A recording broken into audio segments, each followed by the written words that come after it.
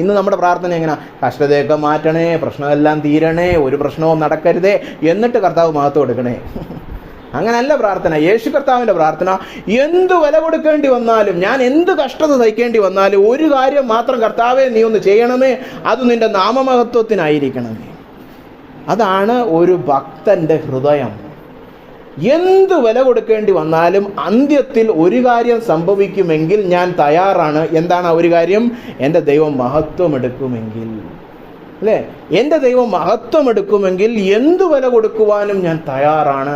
അതാണ് യേശു ക്രിസ്തുവിൻ്റെ ഹൃദയം. എൻ്റെ പിതാവ് മഹത്വീകരിക്കപ്പെടുമെങ്കിൽ ഞാൻ ഒരു ക്രൂശിൽ പോയി മരിക്കാനും തയ്യാറാണ്. അല്ലാതെ എൻ്റെ ഹൃദയം കലങ്ങിയിരിക്കുന്നു, എന്നെ ഇതിൽ നിന്ന് ഒഴിവാക്കി തരണമേ എന്ന് പ്രാർത്ഥിക്കുകയല്ല. സ്വാർത്ഥതയില്ലാത്ത ഹൃദയമായിരുന്നു യേശുവിൻ്റേത്. പിതാവിൻ്റെ മഹത്വത്തിന് വേണ്ടി പരിപൂർണമായിട്ട് അവനെ തന്നെ ഏൽപ്പിച്ചു കൊടുക്കുന്ന ഒരു ഹൃദയമായിരുന്നു. ഈ കർത്താവിനെ പിൻഗമിക്കാനാണ് നമ്മളെല്ലാം ഇറങ്ങിത്തിരിച്ചത്.